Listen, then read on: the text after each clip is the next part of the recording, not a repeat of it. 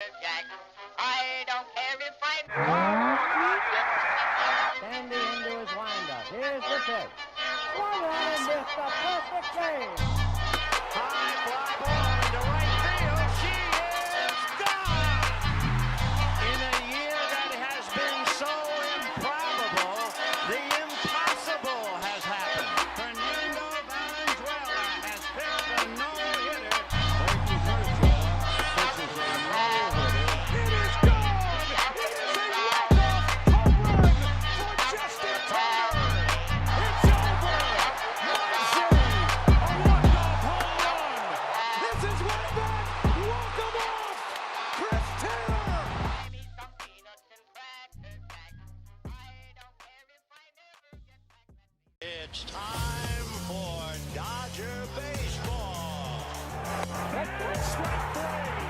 Dodgers have won it all in 2020. Mookie Betts cranks it left field. They're going to make big signings. They're going to make impact trades. I don't care how many times this team rips my heart out, I'll never stop loving the Los Angeles Dodgers. Think blue, bleed blue, and I'm out.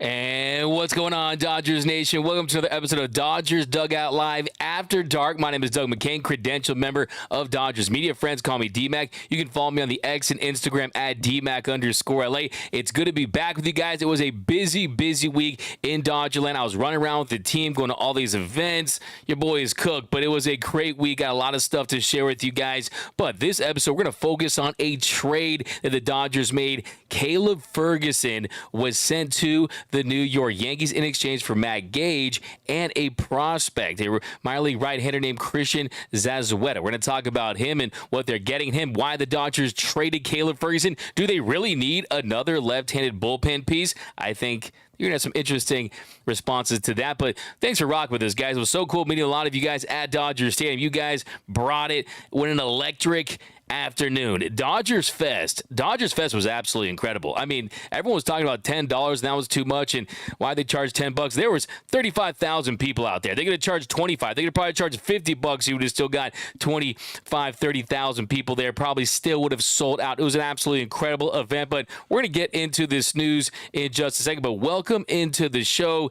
There was a trade. There was a trade today we're going to get into, but first, let's read some of these comments. We got Jackie, DMAC, great job in interviews over the weekend, killing it. You guys are killing it. I appreciate you guys. Got another video to share some interview stuff we got going on. It was really cool to get a chance to see Shohei Ohtani in person, the unicorn himself, the way he handled himself. I asked him, hey, what is going to be the expectations? What would you consider a success for the next 10 years? I know what he was going to say. He's going to say the World Series, but I want to plant my flag to let it be known that if they do not win a World Series, it will not be considered a success. That is absolutely obvious, but we need to hear it from them, from the man himself.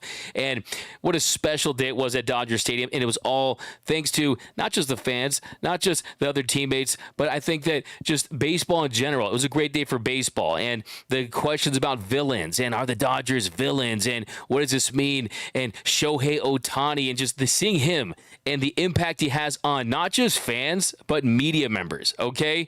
I'll be honest with you. You see Mookie, you see Freddie, you see Kershaw enough times, and it's still special. You still get really excited. But when you saw Shohei Ohtani, I mean, this guy had 20, 30 security guards around him. It wasn't like an athlete was there. He wasn't athlete famous. This is Taylor Swift famous, okay? This is someone who was a pop star, a movie star, a rock star. It had that effect, the aura, the energy. It was absolutely off the charts, and we're going to talk about more takeaways from that. But today, like I said, we're going to focus on that trade. You know, when there's a trade, we got to fire up that trade trumpet. By the way, a few years ago, I actually ran out of the Dodgers bullpen with the trade trumpet on. Here's my Edwin Diaz impression at Dodger Stadium. There you go, my Edwin Diaz. By the way, do they make those shorts in adult size? That's a good question. If you're going to ask that, I'm just going to have to come out with that. But that's me rocking my Edwin Diaz. But that is the trade trumpet. Anytime we have a trade, we got to play that trade trumpet. We got Sig. We got Alex. What up, Alex? How you been? Hey, Dodgers fans from DCAM. Ricky Vasquez. Ha, ha, ha. Jackie, yes. We got Dorbo. Finally, Yanks are pooper scoopers for us. Yeah, the Yankees going out there getting Caleb Ferguson. Dodgers making big boy moves, signing Ryan Braiser. We did a full breakdown of of that earlier. But let's dive right into this trade because I've seen a lot of different opinions over on the X. People saying the Dodgers should have traded Alex Vesia. Should they have kept Caleb Ferguson? Do you need to go out there and trade for a high-leverage lefty reliever? Well, first, what did the Dodgers trade? They traded away Caleb Ferguson. And the first reason why they traded Ferguson was, one, he's got 5 years of big league service time, meaning that he can't be sent down to the minors without his approval. So they didn't have the roster flexibility with him. And you end up trading him, and you get in return a Matt Gage, who, yes, he's going to be 31 in a few days and won't be a free agent until 2030, right? He hasn't had a lot of opportunities at the big league level, and the odds of him being a successful reliever and someone has a big impact are relatively small, but he does have options available, so you do have some flexibility with him as far as how you use the roster and the fact that he can provide some depth at the minor league level. So that's what they're getting as far as him as a pitcher. Now, Gage is someone who he pitched in 5 games last season for Houston. He posted a 2.70 ERA, a 4.16 FIB, had a 29.6 strikeout rate, but a unsightly 11.1 walk rate. Too many walks. My dog would start to get jealous, okay? And then with the Blue Jays, the previous season, he pitched in 11 games. He had a 1.38 ERA, which was definitely impressive. Last 2 seasons, he's only pitched in a combined 16 games, and he did post a 1.83 ERA. The FIP was close to 4. Now, I don't think it's absolutely nothing. But he is someone that, you got the delivery there. You see him happening. Kind of has some Fergie-like stuff, right? Kind of has some Fergie-like stuff right there. But like I said, it was the optionality, it was the roster flexibility with him. But as far as Caleb Ferguson goes, now Caleb Ferguson is someone that has been around the Dodgers organization for a long, long time. The Dodgers, they drafted him in 2014. He made his debut with the Dodgers in 2018. Definitely flashed, definitely had some moments. He was supposed to be a starter at the beginning. Then they transitioned him to a reliever. And then the injury bug sunk its teeth into Caleb Ferguson. He had Tommy John surgery in 2020 after he got to a really great start that year. And last season was a really strong year at the beginning. Didn't finish very strong. Definitely had his ups and downs. There's the command issues at times. The fact that he is a 2-pitch pitcher, essentially, right? A fastball, a cutter, not much else. And when he's not spotting, when he's not commanding it, he gets himself into trouble. But he's someone that has had success in this league. He's someone that I think the Yankees, for the most part, he's a good option for them, right? The Yankees are a team that you wanted to get a better reliever, a left-handed reliever. Ferguson brings something to the table. But for the Dodgers' sake, he had no options, so you couldn't send him down without his approval. 2, he has only 1 more year of team control. So only 1 more year of team control, and he was not going to be a part of the Dodgers' plans in the future. So what is the best thing to do? Well, it's go out there, flip him now, and yes, you get a prospect. You also get a guy in Gage who possibly gives some depth, but I think that this move is really for the prospect and Christian Zazueta. Okay, he's someone that not too much information on. I mean, the only video I could find on Zazueta was this, and it looks like this was recorded in like 1985 on an old tube TV. I mean, this quality was like a little potato phone here. I'm not sure what's going on with that. This is the opposite of HD, but he's someone that's some impressive little curveball, off-speed action right there. Nice arm action. You can see the potential.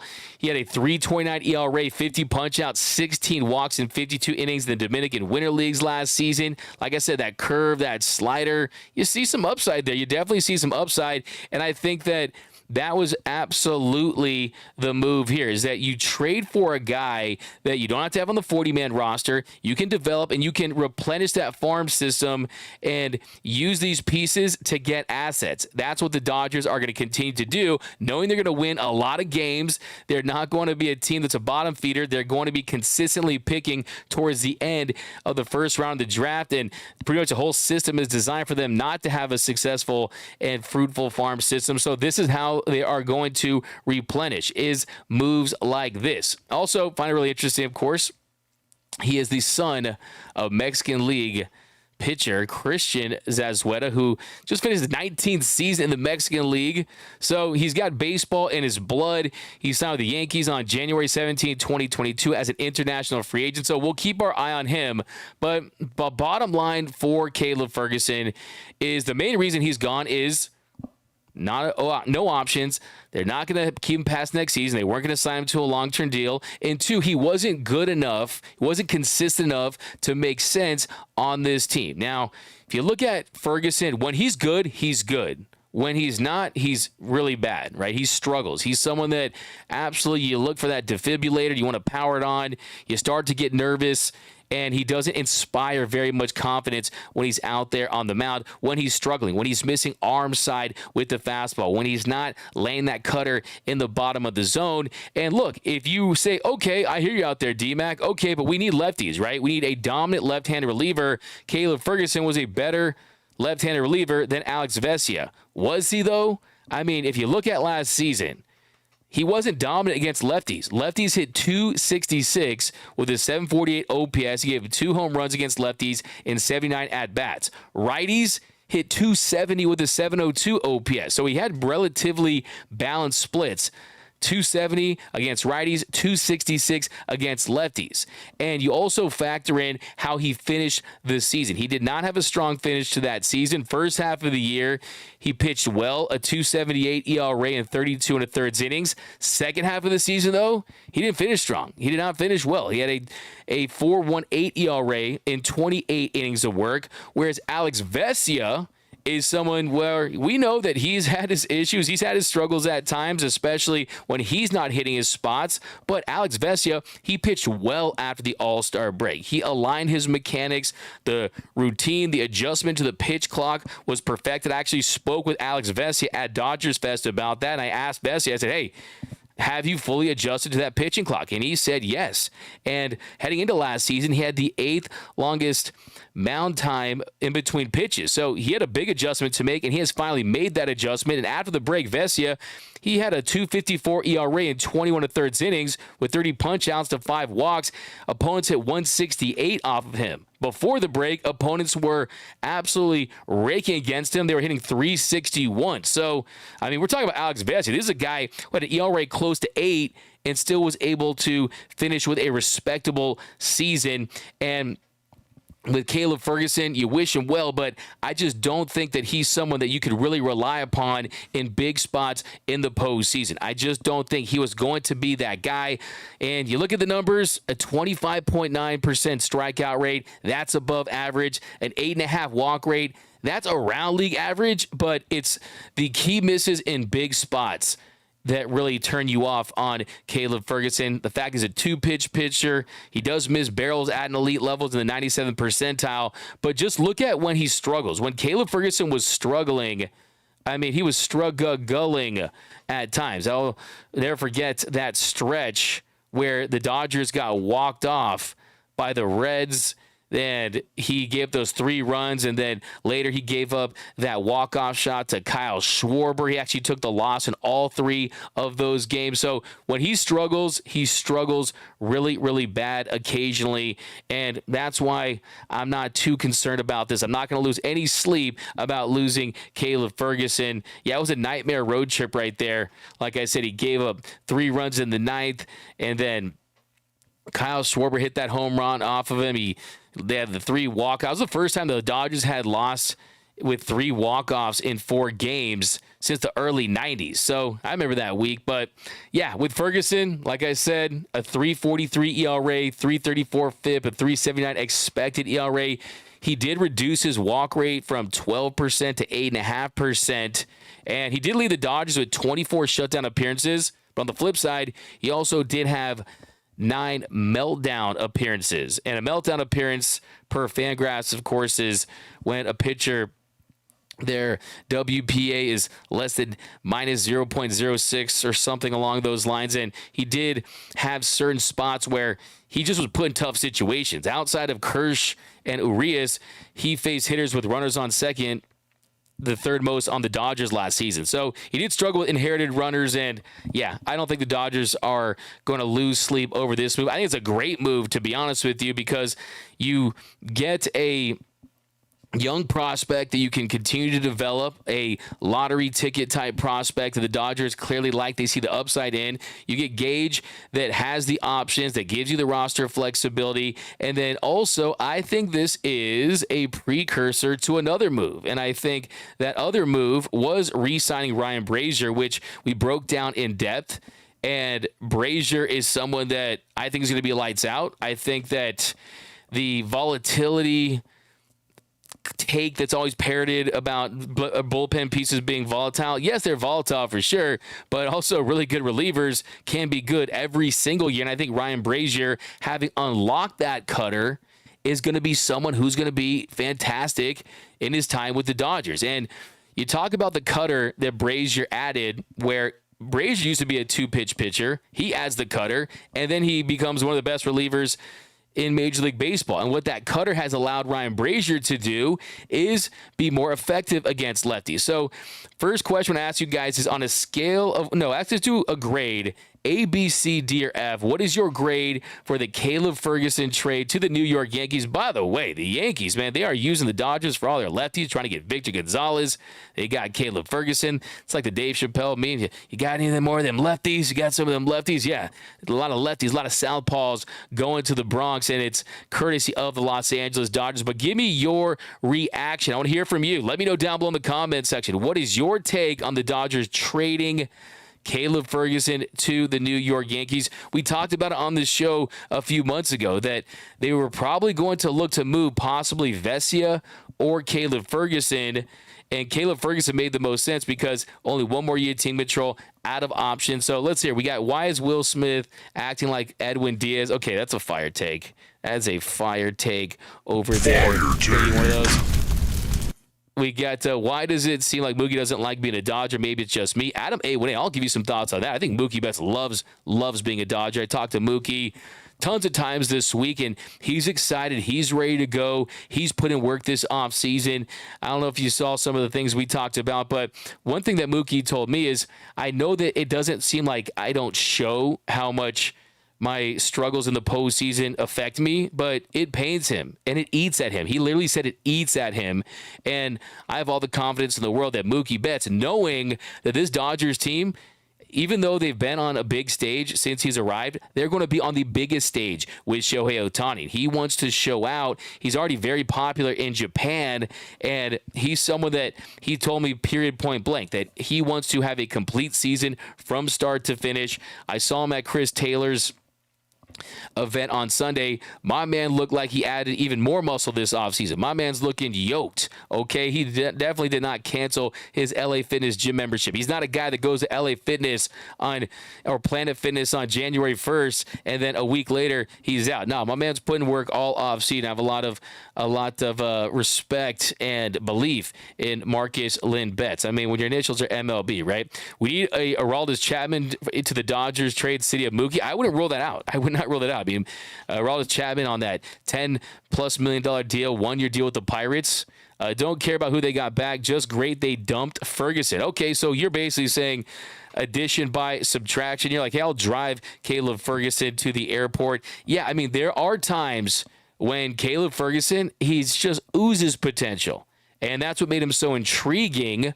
But unfortunately, it was the lack of consistency. And I think that the Dodgers have been viewing their entire roster through the lens of, can this player help us in the World Series?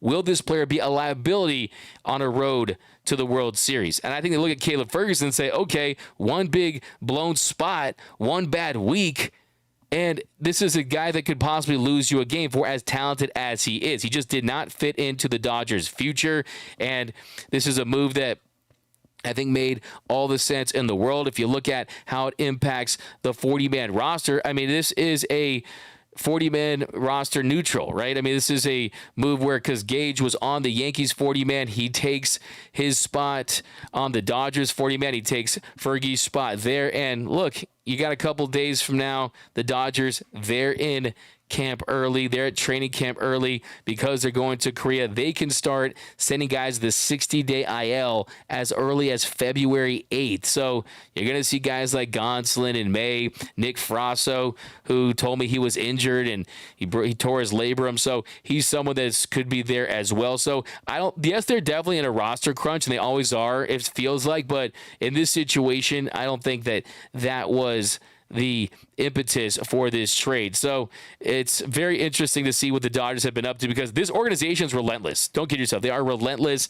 They are not going to be happy until they feel like they have the perfect roster. They're just Bob Ross out there, just painting the perfect roster. I mean, you got happy mistakes out there. Hey, D-Mac, the door for Kike is not yet closed. When can we expect a re-signing? You can play third and back of Mad Max. Let's make it happen and start being smart. Look, I mean, if you're going to trade Manuel Margot, maybe you go that route. I mean, I still don't completely 100% believe. Maybe it's 90%, but I don't 100% believe that they're not still open to the idea of adding a shortstop. I mean, after that trade of Corbin Burns to the Baltimore Orioles, you got Willy Adames out there on a 1-year remaining of team control, right? And Willy Adames is someone who's still young. He's still under 30. I mean, if you could trade for Willy Adames, a guy who's elite defensively, can get you 20-plus home runs, even though he strikes out a ton. I mean, if you get him under an extension, it's something to consider. And if you pair that with a Devin Williams, now we're talking a blockbuster move. So I'm not saying that's imminent or anything like that, but I just think with this team, right when you think they're done, they make another move. So you just can't put anything against this Dodgers team. But we got more on, but we're going to get to the topic too. Do the Dodgers need another lefty? We're going to talk about that in a second here. Gage needs to gauge that walk rate. Yeah, Alex, absolutely. That's a fire take, by the way. That's a fire take from our friend Alex over there, always rocking with us over on YouTube. Fire take. Give me a comment of the show too. I'll give you a finish him. Finish him. I would not want Ryan back. We got Big Bang Niner game. We got Caleb Ferguson. Okay. Get rid of Vesia and Barnes. It was pretty interesting. I mean, Vesia, lots of confidence heading into the season, but Barnes, haven't seen him anywhere. None of the events, none of the scrums. He wasn't at DodgerFest. So really interesting to see what is going to happen with him, especially if Clayton Kershaw decides not to return. Glass now only got 3 pitches. Bruce Davis, weeks go down here. We got DKM Dodgers. Caleb Ferguson wasn't that good. That's from Mr. Duck. He wasn't that good. He just was. I mean, he was good-ish. Here's the thing. He was good, but you couldn't count on him to always be just average. Just average. I mean, some guys that you can just count on to be average as their floor, those are the types of pitchers that you want on teams with championship aspirations. But Caleb Ferguson, his cold stretches, his down stretches, like I said, he did not finish the year strong. The command issues started to flare up late. Like I said, 9 meltdown appearances. Alex Vesia did have 11. He did have more meltdown appearances. He had 11, but those came earlier in the season. So I want the guy that's trending in the right direction. And look, Ferguson, like I said, he wasn't bad by any means. He's going to help the New York Yankees. He could still go out there and have a really good, nice career and sign a pretty solid contract, but just did not make a ton of sense for this Dodgers team moving forward. And we know the Dodgers, they're going to make the moves on the margins. They're going to try to improve this roster any way they possibly can. Here's another perfect example of that.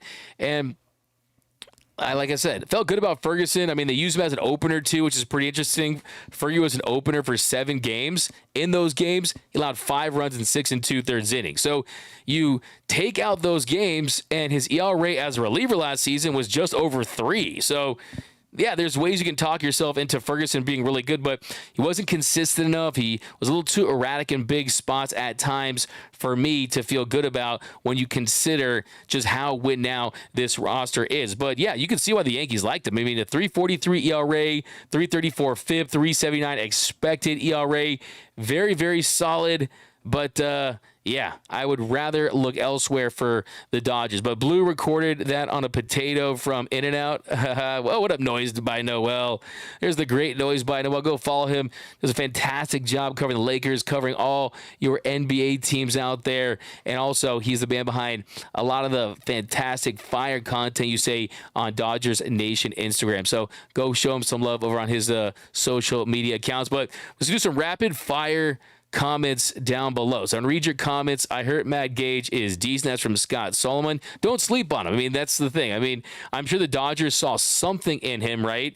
And his numbers, like I said, I mean, it's a very small sample size. 5 games, 2.70 ERA, 4.16 FIP. So a big disparity between his ERA and his FIP.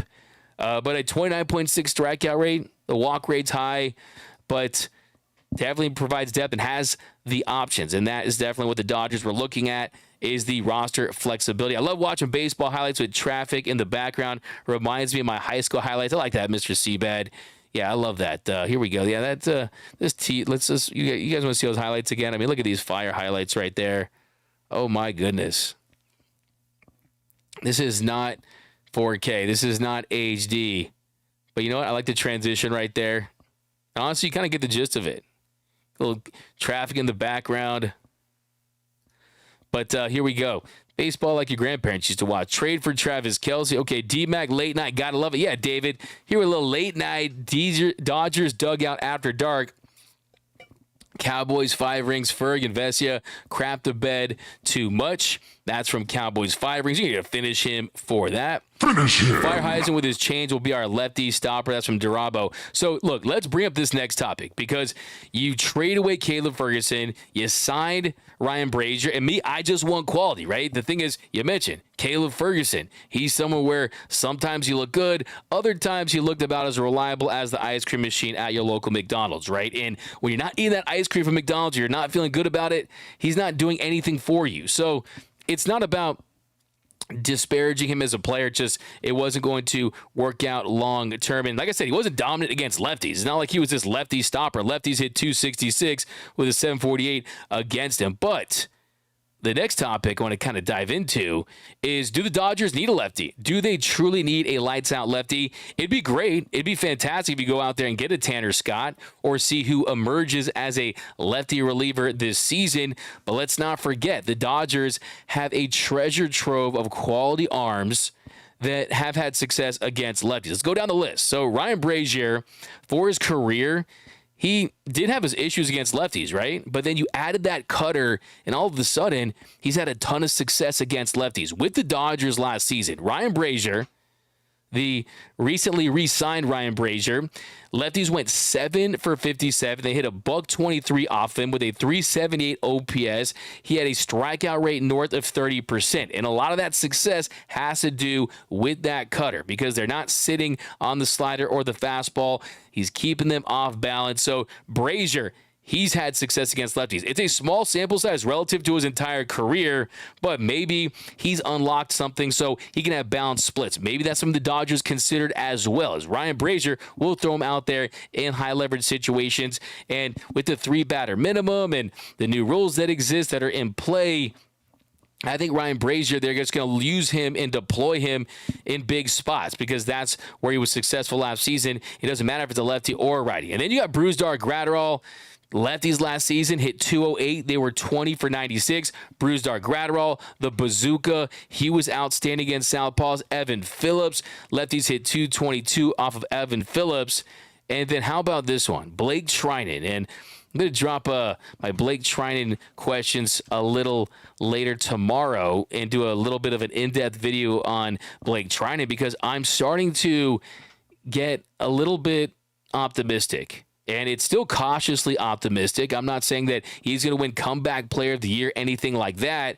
But what gives me optimism about Blake Treinen is the fact that not just Blake Treinen thinks he's going to be good and he needs the reps, is what he told me. He gets the reps. He feels like he can be back to being the dominant, high-leverage reliever that we saw earlier in his Dodger career. He thinks he's healthy. He thinks he's ready to go. He said he had never dealt with any serious arm injuries and surgeries. So he feels like he's fully back to where he needs to be healthy to go out there and resume where he was before the injury.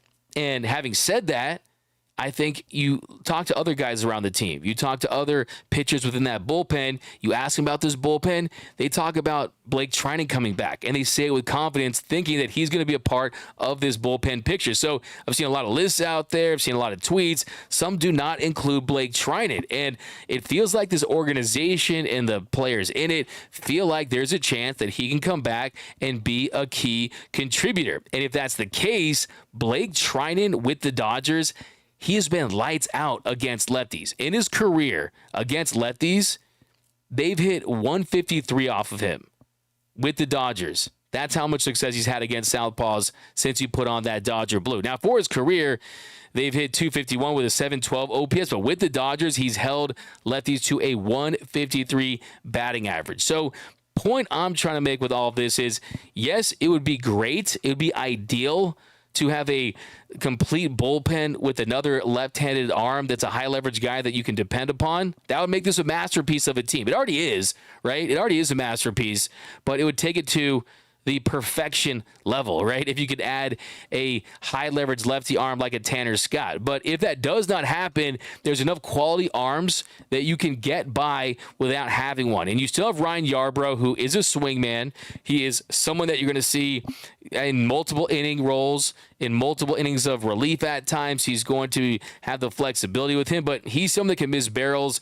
He can induce soft contact. He's given the Dodgers quality innings in his time here last season after the trade. So Ryan Yarbrough is going to be in the mix. Alex Vesia is in the mix. I see people out there. Can Alec Gamboa go and enter the Dodgers bullpen? I highly doubt that. Just talking to people around OKC, it feels like that he's someone that they want to use as a starting pitcher one day.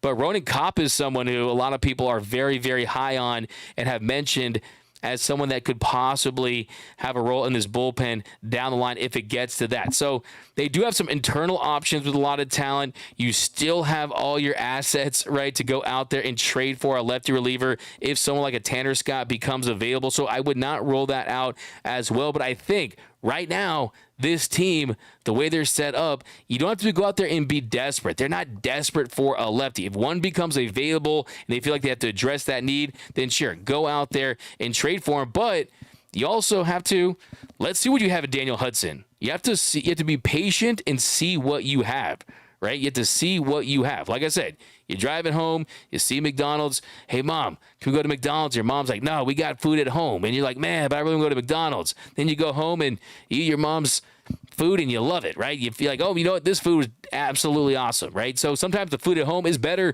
than McDonald's at times. And you have Daniel Hudson, you got Blake Trinan. I mean, one of those two, you would have to believe is going to contribute in some capacity. And could that be Blake Trinan? Could that be Daniel Hudson? I think that's an interesting topic, an interesting storyline to follow as we enter spring training. And then also, how will JP Feyereisen look, as a commenter just mentioned? So there's a lot of depth, a lot of quality, and I just think that there's an organization that knows exactly what they're doing. So look, the move to trade Ferguson was the right move. Absolutely give it an A, in my opinion, because you're getting an asset and you signed Ryan Braiser on the same day. So we'll open up to some more comments. Guys, this is, like I said, this is not your normal Dodgers Dugout Live. This is one where we are just breaking down the Caleb Ferguson trade because we didn't get to it earlier. We're going to be back with a full show tomorrow, a full breakdown, my top 10 takeaways from Dodgers Fest. Got some behind-the-scenes nuggets, people I've talked to, some very interesting stuff to get into on that one about this year's team. But we got goodbye Caleb, that's from Diane Schroeder. Move Vesia, that's from Carlos Mares. I'm waiting to see what version of Vesia we get with a full season adjusted to the pitch clock. His mechanics, his routine in line. He looks like he's in tune. And I want to see what version of Vesia we get before we move off of him. And you can say the same thing about Caleb Ferguson. Okay, that was his first season where he's fully healthy. And how had that have looked this year? It could have looked really good, right? But like I said, didn't finish the season strong. You got to move off him. Wasn't the right move, the right fit at this stage when you consider the lack of options.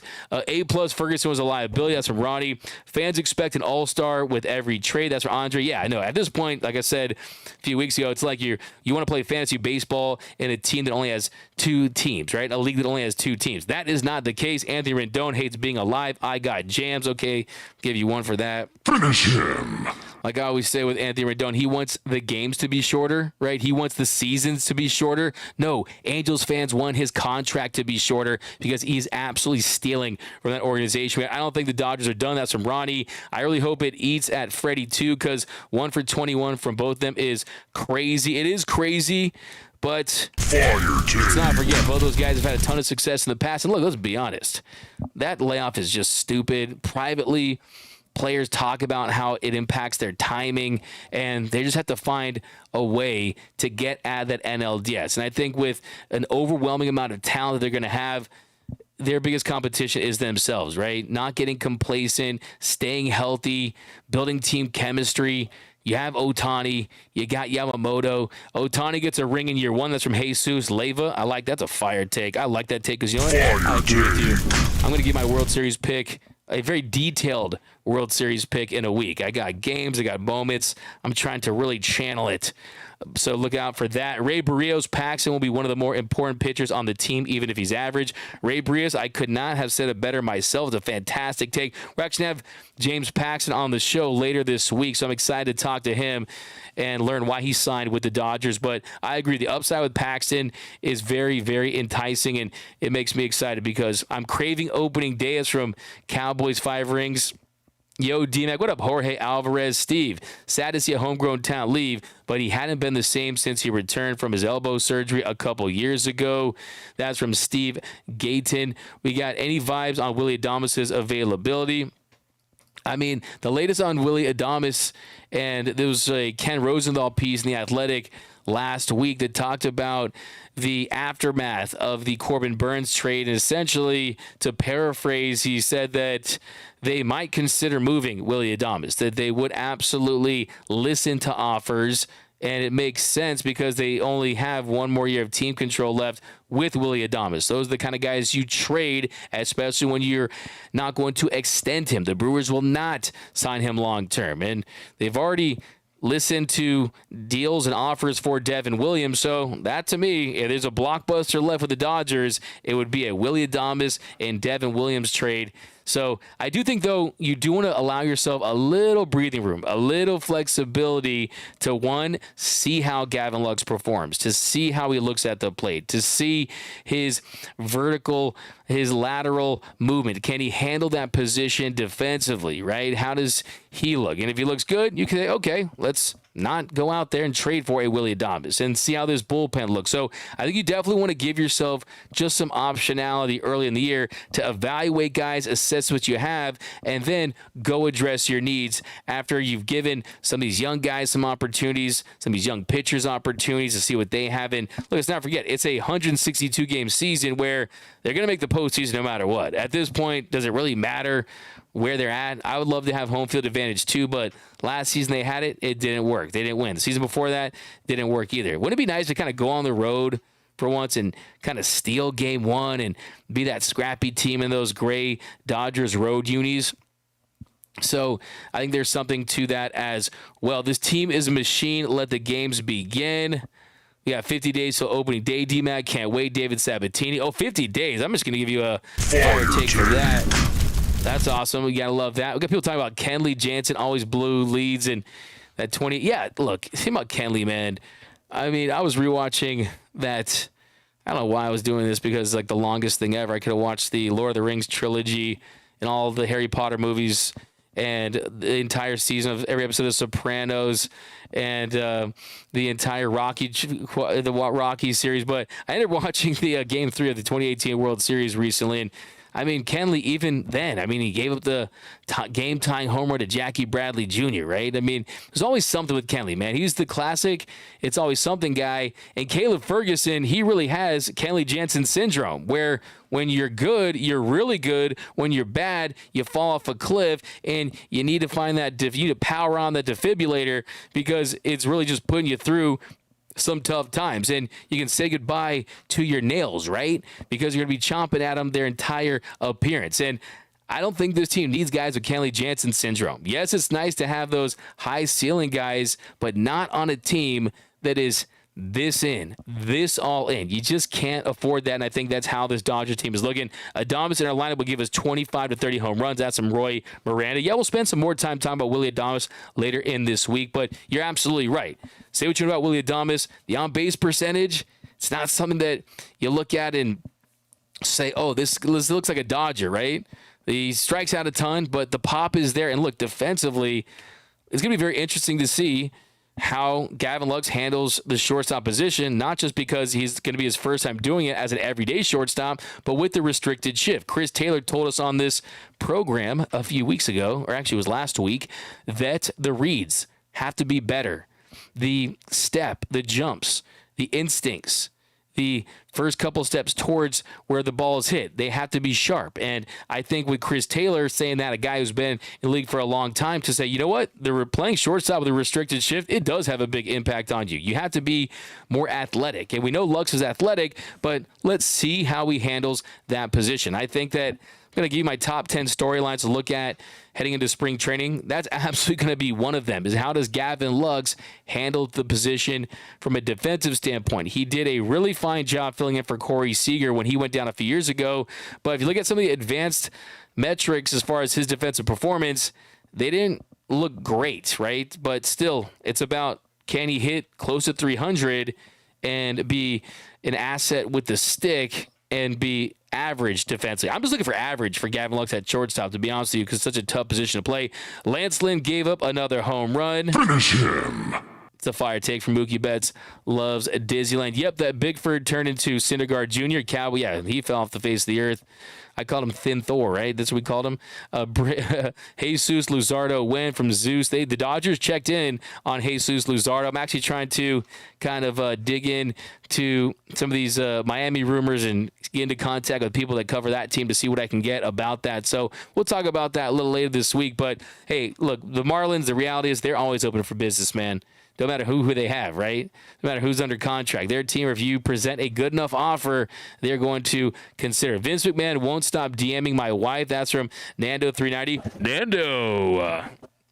It's fire take. Fire take. That's all Nando390 does. LeBum from I Got Jim. Dodgers lineup batting 1 through 9. Cheeto 11. We're actually talking about it during tomorrow's show because Dave Roberts, he revealed the Dodgers 1, 2, 3. Got a lot of comments, a lot of takes on that, a lot of thoughts on that. If it's the right decision, we'll get into that on tomorrow's show for sure on Dodgers Dugout Live.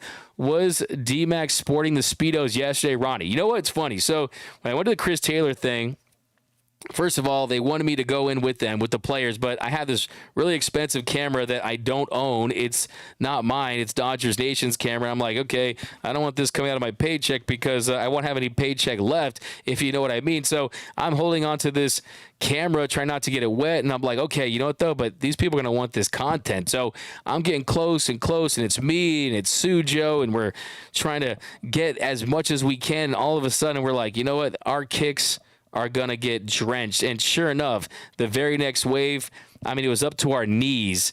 And my Jordans are donezo. My pants were wet. My feet, I still can't even feel my feet. After that. So technically, I wasn't all in. But I think I did go deeper than Mookie did. I will say that. I think I probably did go deeper than Mookie did. But still, it was such a great event. And just kind of as an aside here, Chris Taylor is...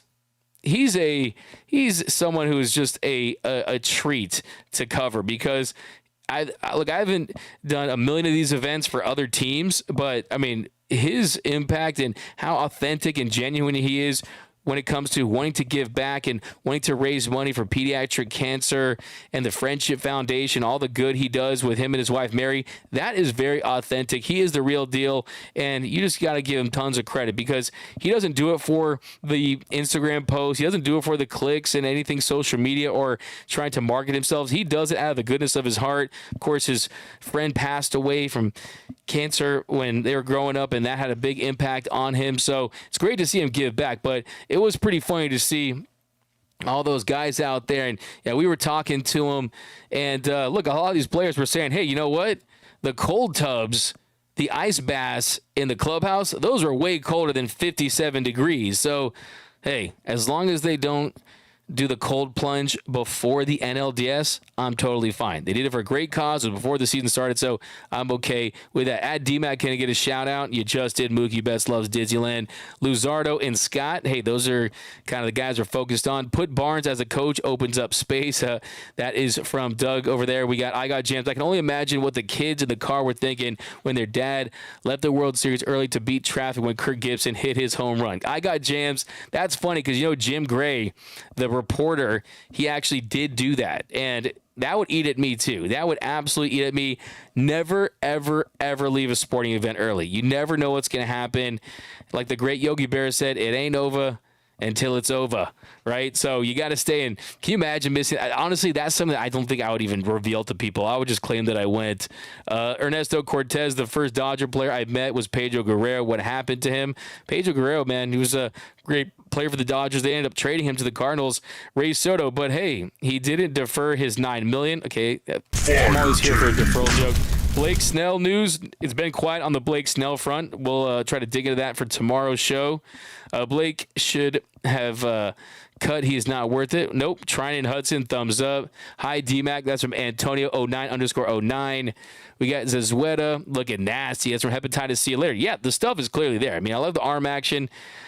The breaking stuff looks pretty filthy. I'm going to try to dive deeper into him to try to get some more information about his upside because, I mean, that TV is looking a little shaky right there.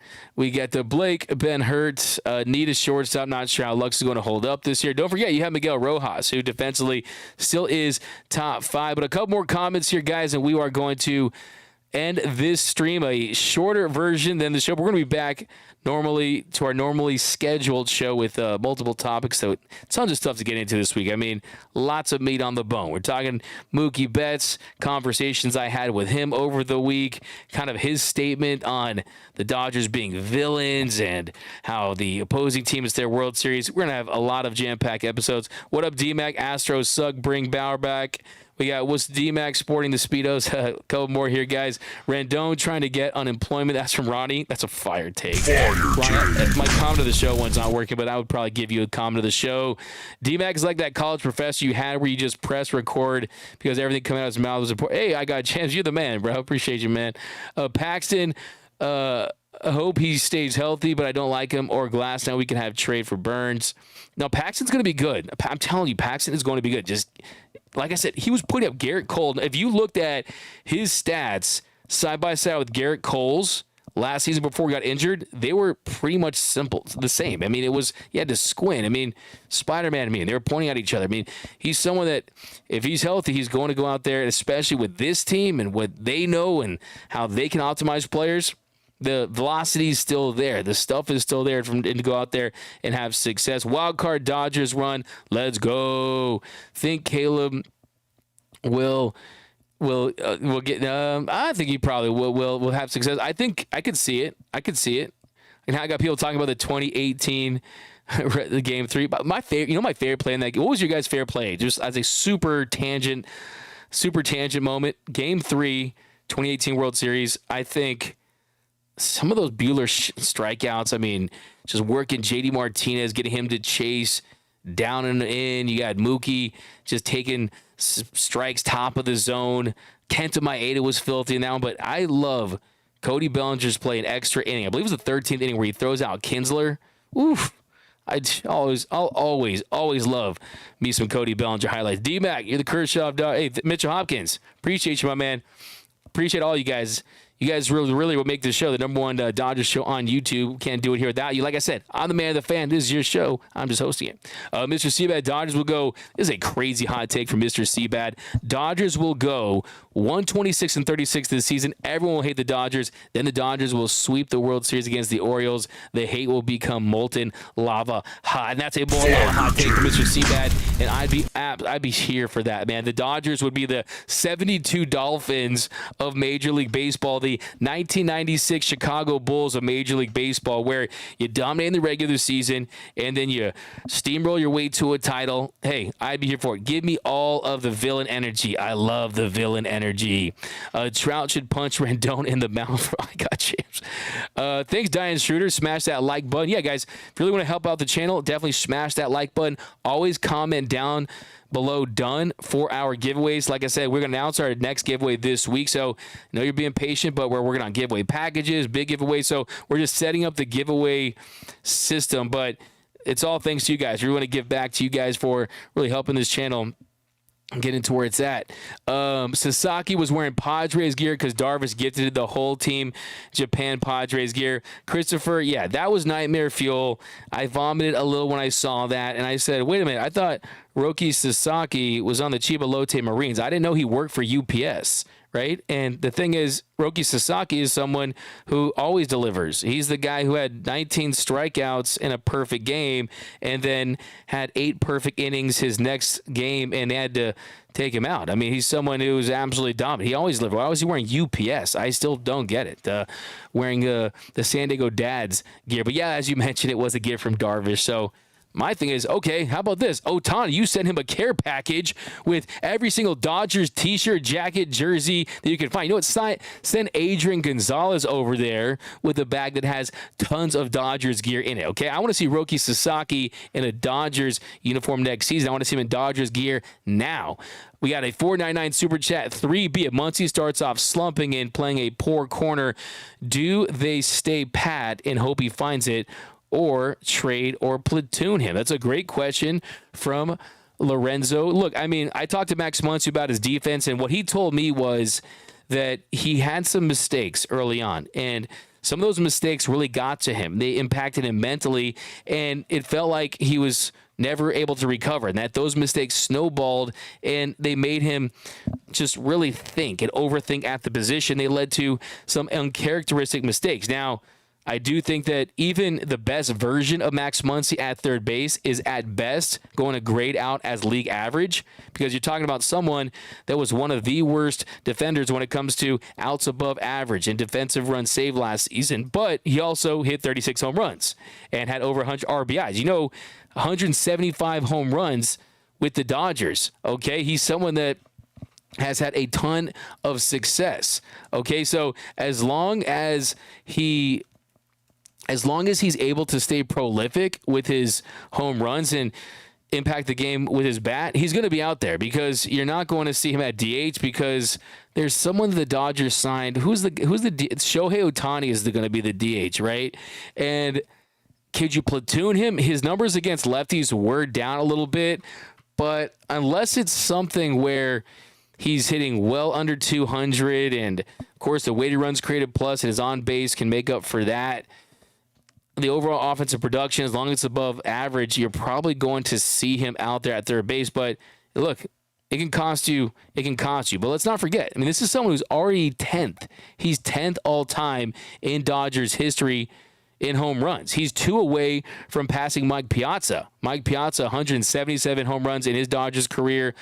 Carl Furillo, 192 home runs. That's 8th. Matt Kemp's at 203. So he's climbing up the leaderboard for the Dodgers all-time home run list. And if he has another 30 home runs this season, he's going to really put himself in a position to climb up and have a good year and produce for this team. And I think that is going to be the goal for him, is just do what he does typically on offense, not get off to a slow start on defense, so that way he builds that confidence. But just imagine that. I mean, if he has another 30 home run season, he passes Matt Kemp. He's 7th all time. He's looking up at Steve Garvey at 211 with home runs. So I think we need to give a little more respect to Max Muncy, who is more of an iconic Dodger than you realize, right? I mean, he'll end his career with the Dodgers and have more home runs than Ron Cey, Steve Garvey, Mike Piazza, Matt Kemp. Okay, he's been one of the most prolific sluggers that this organization has ever seen. So as long as he continues to produce offensively and doesn't just fall off the face of the earth at third base, and the baseball doesn't look like a bar of soap and it's slipping out of his hands, he's going to have success. And like I said, he was working more on his lateral movement and his range and kind of just being able to play the position with more confidence. I think it's a mental component for Max Muncy, but also, look, ground ball down the line, you know that's a play where he struggles. So I'm hoping that he just is able to play at average third base, have an above-average season at the plate, and when you look at the lot of talent on this team, he's telling me that he's additive. He is. He truly is.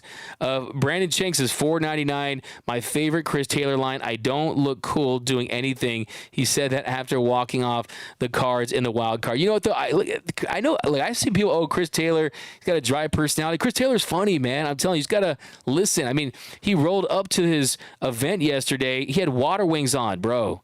He had water wings. You know who needs water wings? Is Madison Bumgarner, so we can get out of the ocean, damn it. Chris Taylor, do you mean Joe Flacco? It's a fire take. Never seen them in the same place at the same time.